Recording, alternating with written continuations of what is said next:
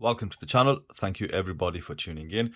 Join me on today's video where I'll be reviewing the Pagani Design PD1676. Now you guys have already probably seen a review on this watch. I am quite late on it, but I must confess I've had this watch sitting here for maybe over a month and just not got round to it. However, we're here now. So this is Pagani Design's latest homage from their massive variations of the Daytona homage that they did back a couple of years ago. In fact, I reviewed that in the very beginning of my channel, and I also reviewed the Pagani alternative, and I debated which one to keep, and I actually ended up selling the Pagani Design version, even though that was a really good watch and it's quite a tough decision. But I stuck with the Pagani purely due to this mint green dial that they offered. But everything else in terms of bracelet and clasp was awful on the Pagani, so I had to retrofit an aftermarket bracelet. But I still keep this around. I've had this for a long time now, but I just love that green. But anyway, back to Pagani Design, and I think the Daytona homage is one of Pagani Design's best watches. They did so well, especially the price that they offered it with, and the movement, etc. Very popular watch. And I think the top three most popular watches have to be the Submariner homage, the Daytona homage, and maybe the Explorer homage that they've come out with, especially with all the different color options that you get. Now, with the Daytona homage, Pagani have released numerous variants. I can't even keep a tab. You've got rose gold, PVD, fake meteorite dials, different dial combinations. They came out with a sport version, so just loads and loads of variants, and I think they all sell pretty well. It's just the design is so good. So this is of course homaging the Paul Newman Daytona version, and I have to say, at the box, looking at it, it is a very clean looking watch, and I really do give credit to Pagani for most things on their watches. They give a hell of a lot for specifications, just minus functionality. For example, if it's got a bezel, it's gonna have issues, and of course the lume is always an issue with Pagani Design. So I haven't got a lot of hope when it comes to lume on this watch, but it isn't a dive watch, so it really shouldn't have a lot of lume. So that being considered, I think this should be a really good watch. So let's start off by giving you some specifications. You've got a full 316L stainless steel case construction, including the bracelet, the case back, crown pushers, crown, etc. The bezel insert is ceramic, placed on top of a stainless steel base. You've got the Seiko VK63 mechanical quartz movement powering this watch. Incredible little movement, great alternative to automatic chronograph watches. It is used in a lot of micro brands and AliExpress homages. You've got great functionality. You've got 3 subdials present on the watch. To your right, you've got a 24-hour clock, so that tells you what part of day the time is on. At the 6, you've got a running seconds hand, and to your left, you've got a 60-minute timer. On top of that, you've got your standard hour and minute hand. You've also got a chronograph seconds hand, which you can activate by pressing pusher A, same pusher to pause it, and press pusher B for that flyback reset. The battery should run for well over 2 years, depending on how much you use the chronograph for. In terms of dimensions, you've got a 38.5mm case, excluding the crown of course. You do have a thickness of 13.5mm, a lug to lug of 47.5mm, a water resistance rating of 100 meters, and a lug width of 20mm, and the bracelet tapers down to just under 16mm at the clasp. So really nice dimensions, especially this day and age. We see a lot of smaller watches coming in, and this is one of the reasons why this watch is very popular, not only because of the design and the price. The dimensions are quite good for smaller wristed people as well.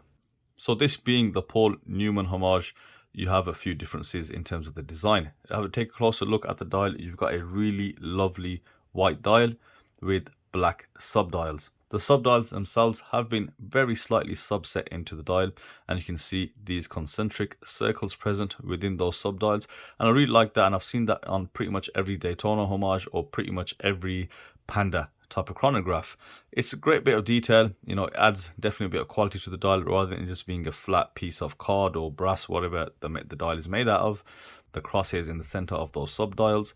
The hands placed on top are polished, and the only observation I can see on the dial that is slightly off is the hand for the 60-minute timer to my left. It's just slightly off the marker, isn't dead centered. You've got the Pagani design logo just below the 12 with the text. Nothing above the 6 because of the subdial. And you've got a dark red, almost maroon minute track, complete with a sub-second split. And that sits on top of a black background. And you can see these off-white, yellowed, loomed hour markers. And of course, you've got some lume on these baton style hands. They are blacked out hands, which is a nice touch. You know, it's a bit of added manufacturing present. They are slightly chamfered as well, so you get some really nice light play on those. So the handset is quite decent, really nice to look at. And of course, the other hands on the subdials are polished. Now, away from the dial, you've got this ceramic bezel insert, really clean, nicely marked. All the markers are present in white. There's no defects there. Very smooth and clearly etched. Moving on to the case, you can see you've got a brushed A surface, finely brushed, actually very smoothly brushed. You can just about make out the grain. Now, the crown guards are polished. Good transition lines between the brushing and the polishing. The crowns do of course screw in, and the threading on the pushers is fairly decent. It's not super smooth, but you know, you don't get anything catching at all. The crown itself, good size crown, I'd say maybe around 6 or 7 millimeters. Really well machined, very practical, and you can also see a gasket present. So I think they've probably underrated the water resistance rating slightly, because it's not a dive watch. But again, I take all these water resistance ratings as just alleged numbers, unless something's proven otherwise. The crown is signed as always with the Pagani design logo. No signage on the pushers, which I don't expect them to have. Moving the case around on the side, fully polished side, really nicely done. Smooth, no sharp edges or corners on the lug tips, and again the same polishing where the pushers go. If we flip the watch over, you'll see a case back with Pagani design etched into the back. You've got some specifications, and you've got a checkered flag with a car in the center, of course in line with the Paul Newman homage. So they've got a bit of a theme there, and I've seen Pagani design do that on some of the later watches. The case backs are slightly different. Moving on to the bracelet, you've got a solid bracelet, polished sides, solid end link, male end links as well, and you also have screw-in links. You've got brushed sides and polished center links. Now these appear to be actual 3-link bracelets. They have added some finishing touches, which I think they've changed from their previous models. The sides of the links are now also brushed to match the tone of the case, and as mentioned, polished center links. Now the brushing for the most part is actually done really well. It's quite fine.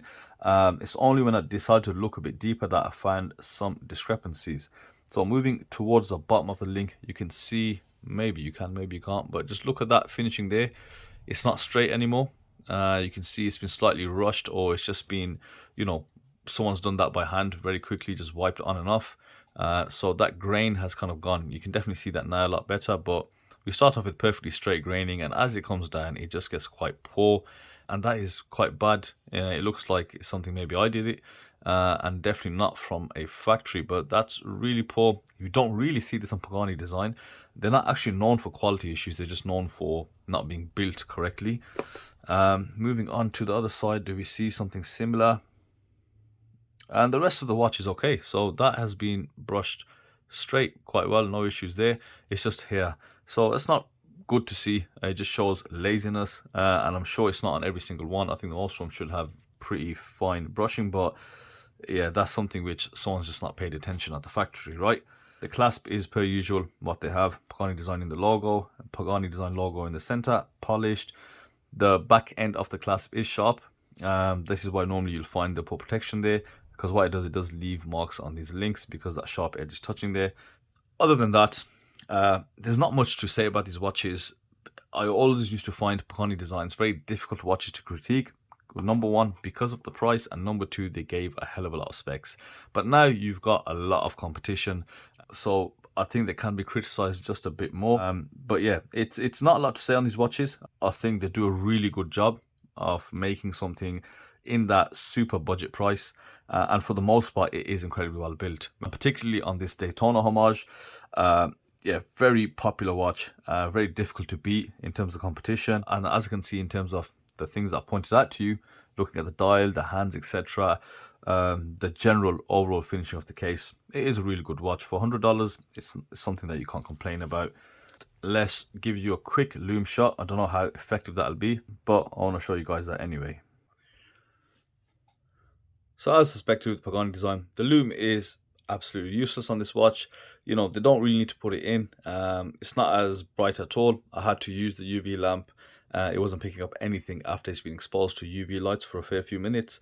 That will fade out pretty quickly. And you know, it's not really a point to focus on when looking at the watch, nor should you buy the watch for the Lume. It's something that you should really just take out of any consideration. So final thoughts on the PD 1676. Everything's there that you want a watch of this price to have. Some really nice finer details. Brushing for the most part is great. Just, you know, just some poor, just some lack of attention on the bottom links. But that's not too bad. Not much of an issue. Function wise, everything works.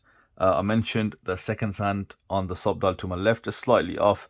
And now looking at the seconds hand on the chronograph, you can see the 12 o'clock marker. So that means the seconds hand is slightly off on that as well. It's just off by literally 1 sub-second marker. So that might bother some people. Let me know your thoughts in the comments if anyone has bought these and they've got similar issues. But aside from that, $100, great price, great watch. I can see this watch selling in the hundreds, and you know, I don't see no other issues with it. Good people pleasers, that's what these watches are. Great for the budget, and they look great as well. So that's it for me today.